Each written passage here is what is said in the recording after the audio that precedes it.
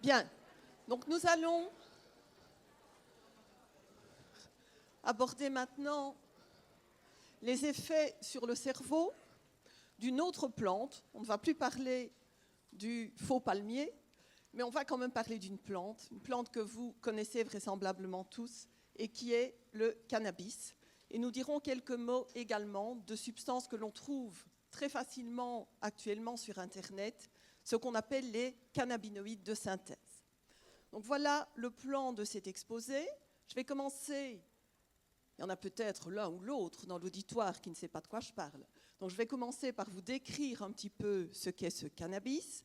Je vous décrirai également les cannabinoïdes de synthèse. Je vous indiquerai leur mode d'action. Et à partir de ces modes d'action, pour le cannabis comme pour les cannabinoïdes de synthèse, nous nous intéresserons ensuite à leurs effets à court terme, à leurs effets à long terme et à la problématique de l'existence, oui ou non, d'une dépendance par rapport à ces produits. Le cannabis, c'est une grande plante résineuse et fibreuse qui va mesurer de 1 à 3 mètres de hauteur, qui a des feuilles très caractéristiques, des feuilles alternes, palmées, qui va avoir essentiellement deux types d'usages. Alors l'usage auquel nous pensons plus souvent, c'est la production de résine qu'on va utiliser comme substance psychoactive. Mais il faut savoir que le cannabis est également et d'abord une plante à fibres et qu'elle est utilisée pour la fabrication de cordages. On dit que les voiles des navires de Christophe Colomb étaient en fait constituées en fibres de cannabis. Et encore plus près de nous, vous savez qu'on peut acheter des jeans ou des t-shirts qui sont fabriqués à partir de fibres de cannabis. Qu'est-ce qui va faire que la plante va se mettre à produire plutôt des fibres ou plutôt de la résine ? Alors en fait, tout va être en fonction de ses conditions d'élevage. Si la plante pousse dans des pays chauds, elle va fabriquer beaucoup de résine. On va dire tout de suite qu'elle va fabriquer du tétrahydrocannabinol, c'est la substance active du cannabis. Et quand la plante est cultivée dans des conditions adéquates de chaleur et d'humidité, elle va fabriquer beaucoup de THC et très peu de fibres. Par contre, quand le plant de cannabis est cultivé en Belgique, dans les champs de l'Ice Bay, avec les conditions de température et d'humidité qui sont les nôtres, elle va fabriquer beaucoup de fibres et peu de résine. En fait, moins de 0,3% du THC, du tétrahydrocannabinol, qui est la substance psychoactive. L'Union européenne a d'ailleurs légiféré sur la teneur en tétrahydrocannabinol dans les plants de cannabis qui peuvent être utilisés pour la fabrication de fibres, et il faut que l'agriculteur puisse faire la preuve éventuellement que son champ de cannabis contient des plantes qui ne vont pas fabriquer plus de 0,2% de tétrahydrocannabinol. Alors, les cultures extérieures pour du cannabis à résine, c'est bien celui-là qu'on va parler ce matin. On la retrouve dans les pays méridionaux, en Afrique, au Maroc, au Liban, au Moyen-Orient. On le retrouve en Amérique centrale, et puis il y a des champs extrêmement importants dans ce qu'on appelle le triangle d'émeraude, qui est situé au nord de la Californie.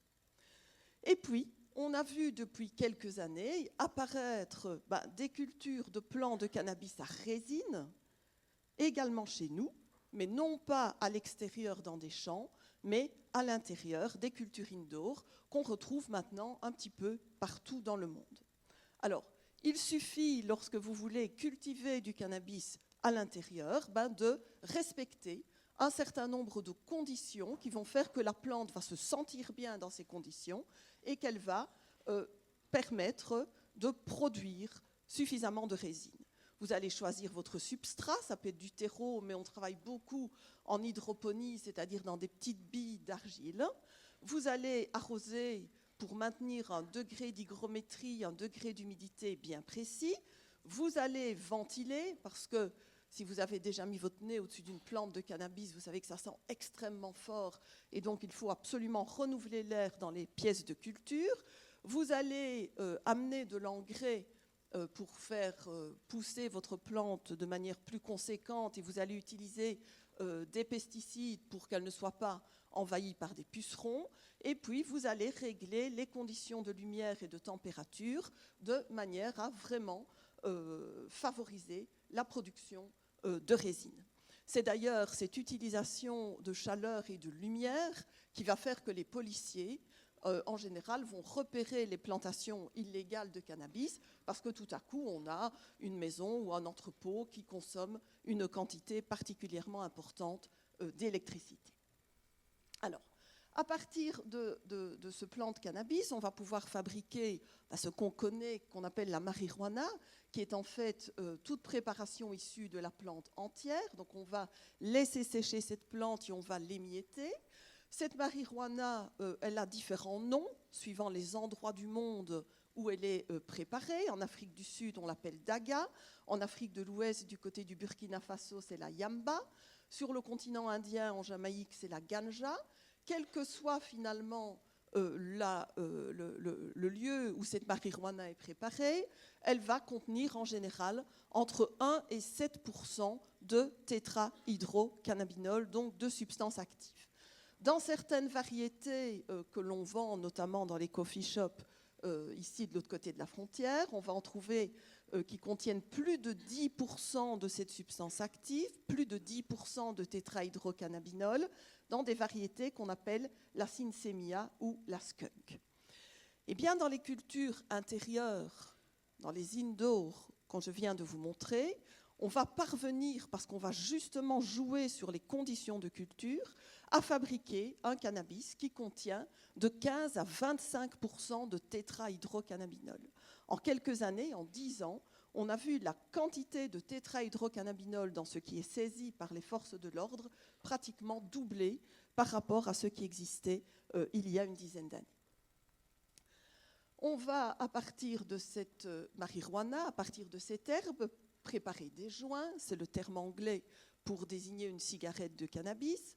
On peut préparer ce qu'on appelle le kiff, qui est en fait un mélange des sommités fleuries du cannabis avec du tabac. Et puis aussi, on peut préparer ce qu'on appelle des blunts, c'est-à-dire des cigares qui sont remplis de marijuana associés à d'autres substances stupéfiantes. À partir du cannabis, quand on se contente de récolter la résine, vous voyez ici une sommité florale qui est vraiment sur le point d'être récoltée, et si vous allez la toucher, c'est quelque chose qui va vraiment vous coller au doigt. Donc vous avez ici cette résine. On va extraire la sécrétion résineuse de la plante, et si on se contente d'extraire cette résine, on va fabriquer ce qu'on appelle du hashish ou du shit. En fait, il y a deux modes de préparation pour ce hashish. Vous voyez qu'il y a une préparation qu'on va appeler préparation industrielle, c'est-à-dire que le battage des plants est effectué avec des presses, et avec ça, on fabrique ce qu'on appelle des savonnettes de 200 à 500 grammes de hashish, qui sera ensuite émietté et utilisé comme la marijuana. Et puis, il reste quelques préparations plus artisanales, où le battage se fait manuellement sur des draps tendus, pour récupérer en fait les sécrétions résineuses. Alors, l'usage classique du cannabis, c'est son utilisation sous forme de joint, qu'il soit pur ou mélangé à du tabac, mais on a vu aussi apparaître sur le marché des produits à usage tout à fait différents, des produits détournés. Pourquoi ? Vraisemblablement pour essayer de banaliser l'usage du cannabis, pour essayer de se dire finalement c'est pas si grave parce qu'on en trouve dans toute une série de choses, parce qu'on a beaucoup parlé, et on pourra l'évoquer tout à l'heure, de dépénalisation, parce qu'il y a un petit peu d'autodérision, pour essayer de séduire de nouveaux utilisateurs, et puis bien entendu parce que finalement le mot cannabis fait un petit peu vendre. Et c'est ainsi qu'au laboratoire chez nous, nous avons été amenés à analyser des thés qui étaient soi-disant à base de cannabis, des boissons, vous voyez, avec la qualité suisse, mais qui étaient des limonades à base de cannabis, des pâtes. Alors sur les pâtes, vous voyez, alors il y avait quelque chose de très positif, c'est qu'elles provenaient de l'agriculture biologique, mais également préparées à base de cannabis. On a vu toute une série de bonbons, vous voyez, toute une série de gommes, plus ou moins en forme de feuilles de cannabis. Et puis, le mieux peut-être, c'est les pastilles pour la toux à base de cannabis. Alors, je vous rassure tout de suite, ou je ne sais pas si je vous rassure, mais dans ces différents produits, il n'y a pratiquement jamais réellement du tétrahydrocannabinol. Donc, c'est des substances qui sont fabriquées éventuellement avec un petit peu de la plante de cannabis, mais qui ne vont pas extraire beaucoup la substance active. Alors, dans le cannabis, en fait, moi je vous parle du tétrahydrocannabinol, mais il faut savoir qu'il y a 426 composés chimiques différents. Si on analyse le chanvre, on va y trouver 426 produits chimiques, et ces produits chimiques, celui qui nous intéresse le plus, parce que c'est lui qui est le plus psychoactif, c'est celui-ci, c'est le tétrahydrocannabinol. Alors vous avez sur cette diapositive la manière dont ce tétrahydrocannabinol se forme dans la plante. Vous voyez qu'il a des précurseurs lorsque la plante est jeune, et puis qu'au fur et à mesure que les feuilles vont être exposées au soleil ou à la lampe à sodium qui sera utilisée dans la culture, eh bien, ce tétrahydrocannabinol va avoir finalement sa forme définitive, qui est celle qui a les effets psychoactifs, donc les effets sur le système nerveux central. Mode d'action justement du cannabis, ce tétrahydrocannabinol, il va aller se fixer sur deux groupes de récepteurs, deux types de récepteurs. Les premiers, qu'on appelle les récepteurs CB1, sont abondamment distribués dans notre système nerveux central. Les autres, les récepteurs CB2, ils sont présents dans le tissu hématopoïétique et dans les cellules immunitaires. Alors, ce qui est assez amusant avec l'action du tétrahydrocannabinol sur ces récepteurs, c'est qu'on connaît ce récepteur parce qu'on sait que le THC s'y lie et va agir sur ce récepteur, et que ce n'est que depuis 1992 que l'on connaît le ligand endogène du récepteur CB1. Quand nous avons des récepteurs, en principe, il y a toujours une substance à l'intérieur de notre organisme qui en est le ligand endogène. On n'a pas développé dans notre cerveau des récepteurs pour recevoir un jour du cannabis si on a l'intention d'en fumer. C'est bien parce que nous avons à l'intérieur de notre organisme des substances qui sont capables de se lier à ce récepteur. Et le ligand de l'acide arachidonique, le ligand du récepteur CB1, c'est l'anandamide, c'est un dérivé de l'acide arachidonique. Vous voyez qu'il a été identifié en 1992, et en effet, c'est une substance qui a des propriétés euphorisantes et anticonvulsivantes. Alors, je vous disais que ces récepteurs CB1, puisque c'est surtout ceux-là qui vont intervenir dans le rôle psychoactif, eh bien, ils sont situés dans diverses régions du cerveau, et dans des régions du cerveau qui sont impliquées dans toute une série de choses importantes: le contrôle moteur, les fonctions cognitives, les perceptions, la motivation comportementale. Nous avons ici un circuit qu'on appelle le circuit de la récompense, et également dans la zone, dans l'hippocampe, qui gère notre mémoire. Cela signifie que lorsque nous allons consommer du THC, eh bien, il va y avoir un effet sur les récepteurs qui sont situés dans ces différentes zones du cerveau et qui gèrent les fonctions cognitives, le contrôle moteur, la mémoire et les motivations comportementales.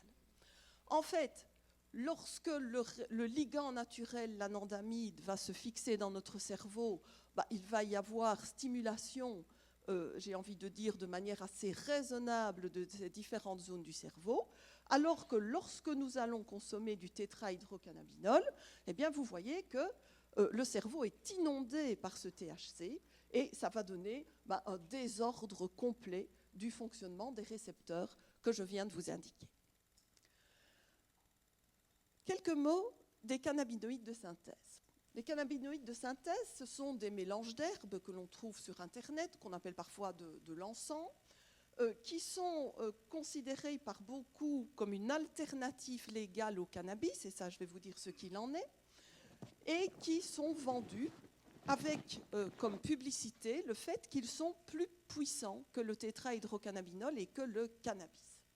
Alors, ces cannabinoïdes de synthèse, ils rentrent dans une problématique beaucoup plus générale aujourd'hui, qui est la problématique des NPS, des New Psychoactive Substances, qui sont toute une série de produits que l'on peut acheter de manière très simple via le réseau net, Alors, il faut savoir que ce ne sont pas en fait nécessairement des nouveaux produits, c'est beaucoup des substances qui existent depuis très très longtemps, mais c'est leur accessibilité via le système Internet qui a rebattu un petit peu les cartes, qui a un petit peu changé la donne. Vous avez ici toute une série d'exemples de tous ces conditionnements que vous pouvez vous procurer.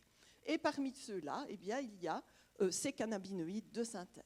Alors, est-ce que c'est vraiment une alternative légale au cannabis? Parce que c'est quelque chose qu'on nous dit très très souvent. Eh bien, en fait, pas tout à fait, parce que la majorité de ces substances qui sont des cannabinoïdes de synthèse font quand même l'objet d'arrêtés royaux. Et il y a régulièrement des arrêtés royaux qui sont publiés pour rendre la consommation de ces produits-là illicite. Donc le message qui est véhiculé habituellement, comme quoi l'achat et l'utilisation de ces substances vendues sur le net, on serait totalement dans la légalité alors qu'on ne l'est pas complètement quand on produit soi-même son cannabis, eh bien c'est un message qui n'est pas vrai, ou en tout cas qui n'est pas totalement vrai, puisqu'il y a des arrêtés royaux qui sont publiés à peu près tous les 6 mois ou tous les ans pour reprendre la liste de toutes les substances qui sont en fait interdites. Alors, ces cannabinoïdes de synthèse, il y en a de multiples familles chimiques. Ils ne ressemblent pas spécialement au cannabis, ils ne ressemblent pas spécialement au tétrahydrocannabinol. Vous voyez qu'il y en a 6 groupes. Le tétrahydrocannabinol appartiendrait au premier groupe, le groupe des dibenzopyranes, mais vous voyez qu'il y en a beaucoup d'autres. Ils ont des noms extrêmement variés qui sont souvent les initiales de la personne qui les a inventés, notamment John William Hoffman, et puis vous avez toute une série d'acolytes. Et en fait, quelle est leur psychoactivité? Je vous ai dit, ils sont vendus comme des alternatives légales au cannabis et comme des substances plus psychoactives. On a vu ce qu'il en était pour les alternatives légales, ce n'est pas tout à fait la réalité. Par contre, pour la psychoactivité, vous allez voir que, en effet, les substances qui ont du succès et qui sont vendues comme cannabinoïdes de synthèse sont en général terriblement psychoactives.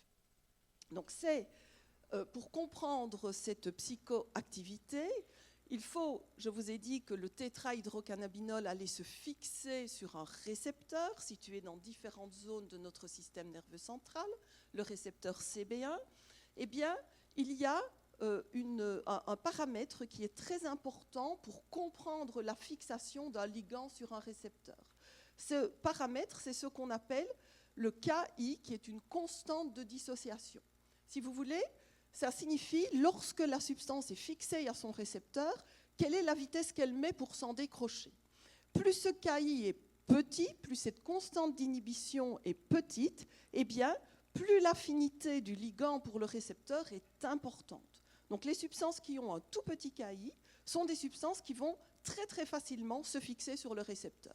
On comprend facilement que plus le KI est petit, plus la substance se fixe facilement sur le récepteur et donc plus elle est psychoactive, puisque vous n'avez pas besoin de grandes quantités de substances pour aller saturer l'ensemble des récepteurs qui sont situés dans le cerveau. Alors, si on regarde le KI qui caractérise le delta-9 tétrahydrocannabinol, donc la substance active du cannabis plante, celui dont on a parlé tout à l'heure, vous voyez qu'il a un KI de 10,2.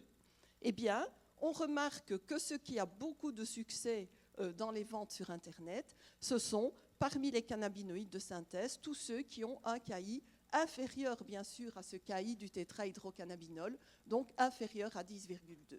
Et si vous jetez un coup d'œil sur les notices, quand on vous vend, soi-disant, des sels de bain, de l'encens, etc., vous verrez toujours bien un petit encadré avec substance destinée à la recherche, KI égale. Parce qu'en fait, c'est évidemment sur base de ce KI que l'utilisateur potentiel va se dire « oui, ça, c'est quelque chose qui doit agir de manière très puissante ». Alors, on a donc 2 groupes de substances, une substance végétale et une substance chimique de synthèse, qui vont agir de la même façon en se liant sur le même type de récepteur qui est réparti un petit peu partout dans notre cerveau. Cela va donc engendrer des effets à court terme, des effets à long terme et éventuellement une problématique de dépendance.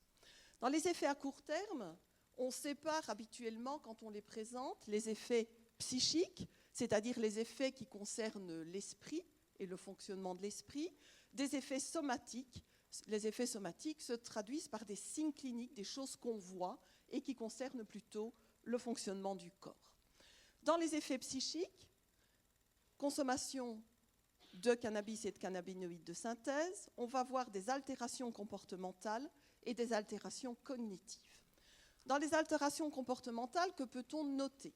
On va noter quand même quelques aspects positifs. Il va y avoir de la détente. C'est évidemment une des raisons pour lesquelles on va consommer ce cannabis.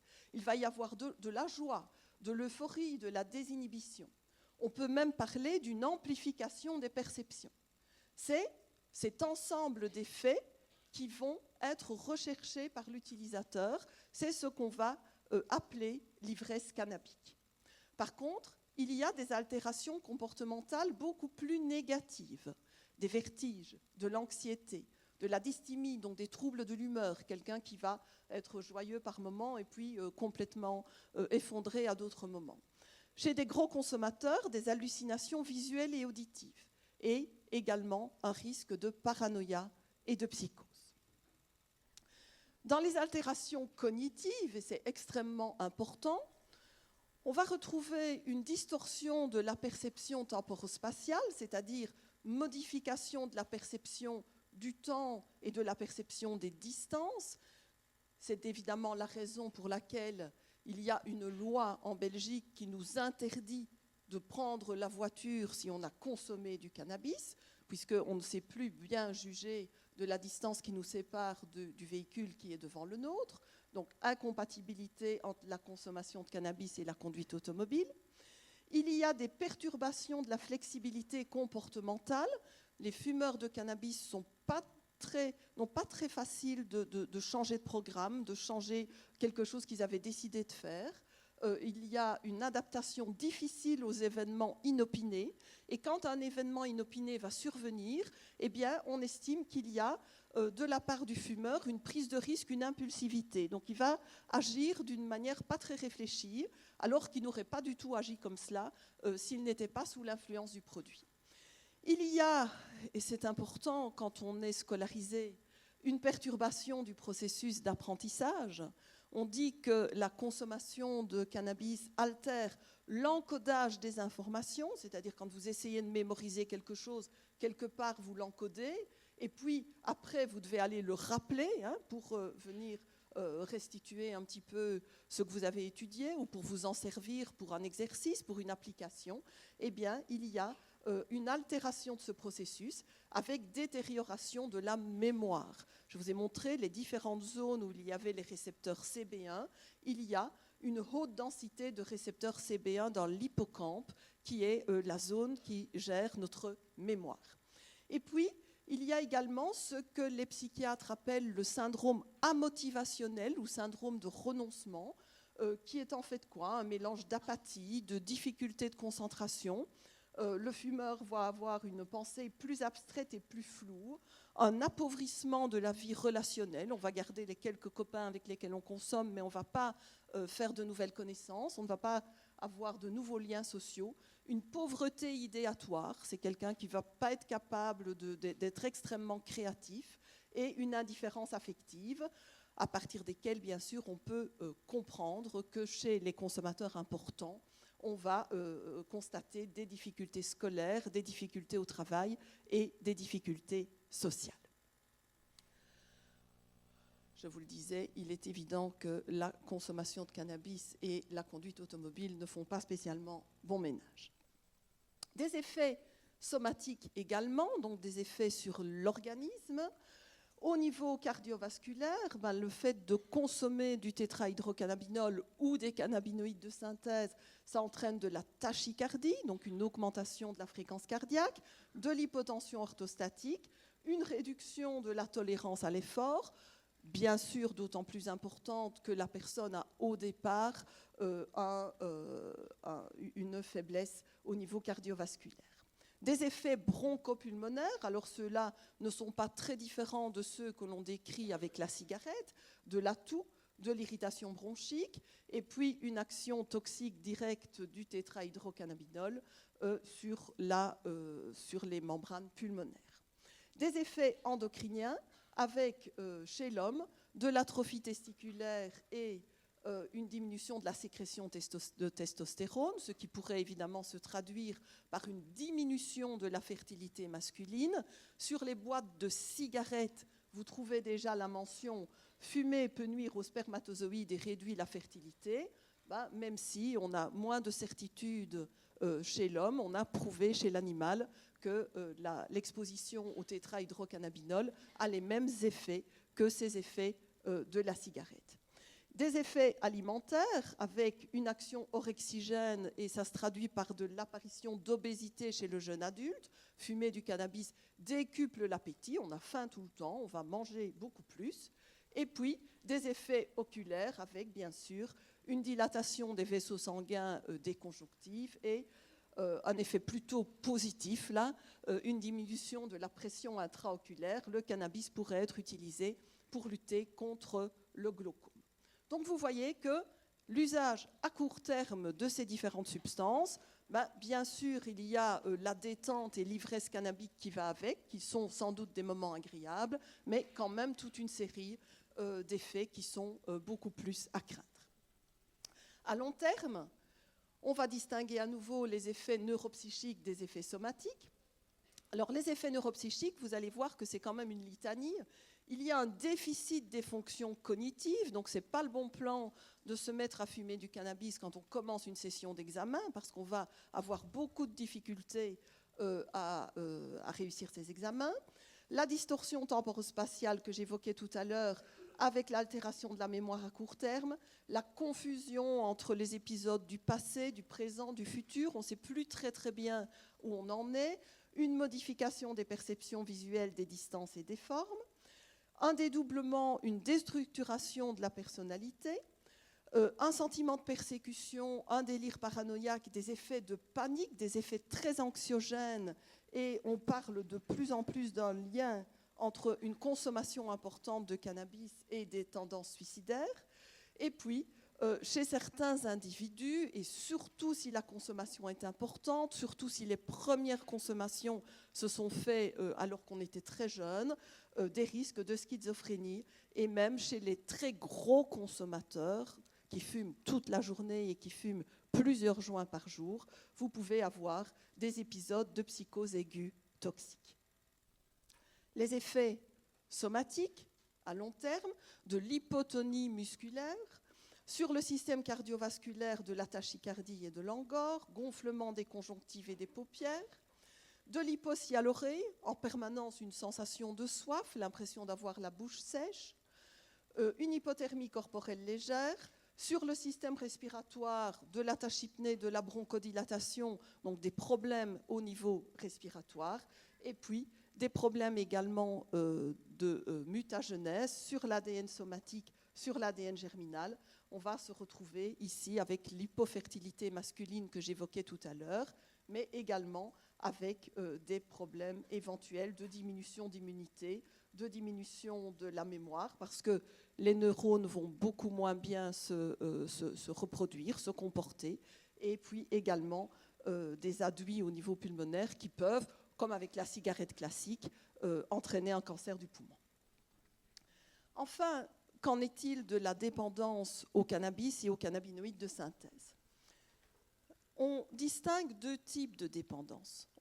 Quand on parle des substances toxicomanogènes, d'une dépendance psychique et d'une dépendance physique. La distinction n'est pas toujours très facile. Quand on parle de dépendance psychique, les symptômes de manque, c'est un malaise psychique. Quand on parle d'une dépendance physique, les symptômes de manque, c'est plutôt une souffrance de l'organisme, une souffrance physique. On connaît des substances qui entraînent une très forte dépendance psychique, une très forte dépendance physique. Par exemple, la cocaïne entraîne une dépendance psychique extrêmement forte, beaucoup plus forte que celle qui est provoquée par la consommation de cannabis. En matière de souffrance physique, les produits qui entraînent une dépendance physique très forte avec un malaise extrêmement important quand on est en manque, quand on ne les consomme plus, c'est tout ce qui est opiacé. Donc, on a cité le fentanyl dans l'exposé précédent, qui est un opiacé de synthèse, mais également, bien sûr, l'héroïne, la morphine et toutes ces substances qui sont dérivées du même noyau de la morphine. Vous voyez que pour le cannabis et les cannabinoïdes de synthèse, les choses sont peut-être un petit peu moins graves qu'avec la cocaïne ou avec les opiacés. Vous voyez sur cette diapositive que les drogues interdites ne sont pas spécialement les plus addictives. Il est évident qu'une substance particulièrement addictive, qui va entraîner une dépendance très très forte, est la nicotine, puisqu'on estime qu'après avoir fumé quelques cigarettes, 80% des usagers vont devenir dépendants. Alors, sur cette diapositive, vous voyez que la marijuana arrive ici, donc après l'héroïne, la cocaïne, mais il n'y a pas les cannabinoïdes de synthèse sur cette diapositive. Et bien sûr, vous avez bien compris que si leur affinité pour les fameux récepteurs CB1 est beaucoup plus importante que celle du THC, vraisemblablement qu'ils vont se situer quelque part par ici sur la diapositive, parce qu'ils vont rendre beaucoup plus facilement dépendants que ce n'est le cas pour le tétrahydrocannabinol. Alors, y a-t-il une dépendance physique au cannabis? Par des essais où on utilise des petits rongeurs, des souris, on l'a prouvé chez l'animal. Chez l'homme, c'est peut-être moins évident, on n'a pas suffisamment encore d'études, mais il y a un syndrome de sevrage qui est décrit chez de très très gros consommateurs. Cette dépendance, on peut l'expliquer de cette façon, c'est quelque chose, c'est une balance en fait. Vous imaginez que la libération de ces ligands dans notre cerveau va aller se fixer sur des récepteurs et au fur et à mesure que nous libérons ces produits, nous allons agir sur certains récepteurs qui sont situés dans différentes zones du cerveau. En principe, un individu normal, on va dire qu'il y a de temps en temps des ligands qui sont liés, de temps en temps qui ne le sont pas. Vous avez les deux côtés de la balance qui sont en équilibre. Chez le consommateur, je vous ai montré tout à l'heure, le cerveau est complètement envahi par les substances qui vont se lier aux récepteurs et ça va vous donner, dès la première administration, un déséquilibre au niveau du fonctionnement de vos récepteurs. Et puis, le produit s'élimine de l'organisme et vous allez compenser un petit peu, vous allez remettre les deux plateaux de la balance à l'équilibre. Et puis, vous allez continuer à consommer, vous allez même augmenter les doses de ce que vous allez consommer. Et pour rétablir une espèce d'équilibre, pour vous permettre de fonctionner au quotidien, vous allez en permanence devoir utiliser toute une série de ressources qui sont en vous pour ramener à ce pseudo-équilibre. Et donc, si vous êtes sevré, c'est-à-dire si vous ne consommez plus du tout du jour au lendemain du produit en question, tous les mécanismes que vous aviez mis en œuvre pour rétablir l'équilibre de la balance, vous continuez en fait à les produire. Et donc vous allez être très très mal pendant un certain temps parce que vous n'avez plus le produit et votre balance elle est complètement déséquilibrée. C'est donc cette hyper-expression des phénomènes de compensation qui justifie le sevrage, qui justifie la difficulté que l'on peut ressentir lorsqu'on devient dépendant à une substance. Et pour le cannabis, il n'existe pas de traitement de substitution, mais pour des substances comme l'héroïne que j'ai évoquée tout à l'heure, on va essayer de lutter contre cette dépendance et de lutter contre ce phénomène de déséquilibre en utilisant un médicament qui va venir un petit peu restaurer un pseudo-équilibre dans votre cerveau jusqu'à ce que les effets aillent en diminuant.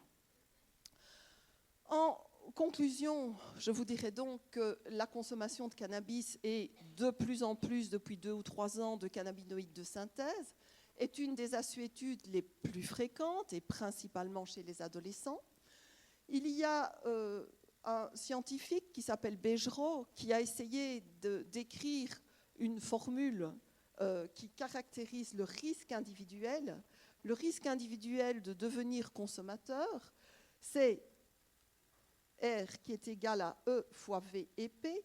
E représente l'exposition. Qu'est-ce que c'est l'exposition? C'est l'exposition à la fois sociale et individuelle. L'exposition sociale, c'est est-ce que le produit est facilement disponible dans mon entourage?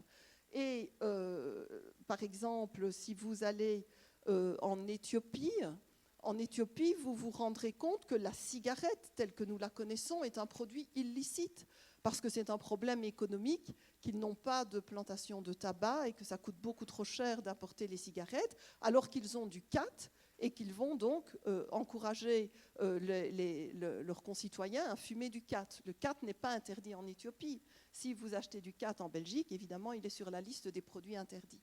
Donc il y a une accessibilité sociale, une accessibilité individuelle. Est-ce qu'il y a du cannabis en permanence sur la table du salon chez vous? Ça, c'est l'accessibilité individuelle. La vulnérabilité, on vient de parler dans les maladies neurodégénératives d'une prédisposition génétique. Il peut exister une prédisposition génétique à la dépendance pharmacologique, une vulnérabilité psychologique. Comment va réagir votre entourage? Est-ce qu'on va dire, oh ben ça y est, bienvenue au club, tu es avec nous, c'est génial, ça c'est plutôt un encouragement, ou bien est-ce qu'on va essayer de vous expliquer qu'il y a peut-être des risques, qu'il y a quand même quelques précautions à prendre? Et puis enfin, et il ne faut pas le négliger, peut-être qu'il est trop souvent négligé, dans cette formule qui définit le risque individuel, il y a aussi bien sûr les propriétés du produit. Il y a des substances qui sont très toxicomanogènes et, je vous le répète, c'est ici fonction de cette constante d'inhibition, de la facilité avec laquelle la substance va aller se fixer sur le récepteur. Donc, les cannabinoïdes de synthèse vont entraîner un risque de consommation beaucoup plus important que le cannabis plante que nous connaissons. C'est d'ailleurs une des raisons qui explique les réticences à véritablement libéraliser le cannabis, puisque l'accessibilité aux produits augmente le risque individuel. Voilà, je serai à votre disposition.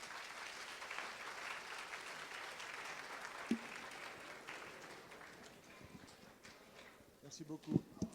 Merci beaucoup, Madame Charnier. On fait une petite pause vésicale et on se rejoint ici à 11h10, si vous voulez bien. Et n'oubliez pas de poser les questions aux orateurs à l'interruption. À tout à l'heure.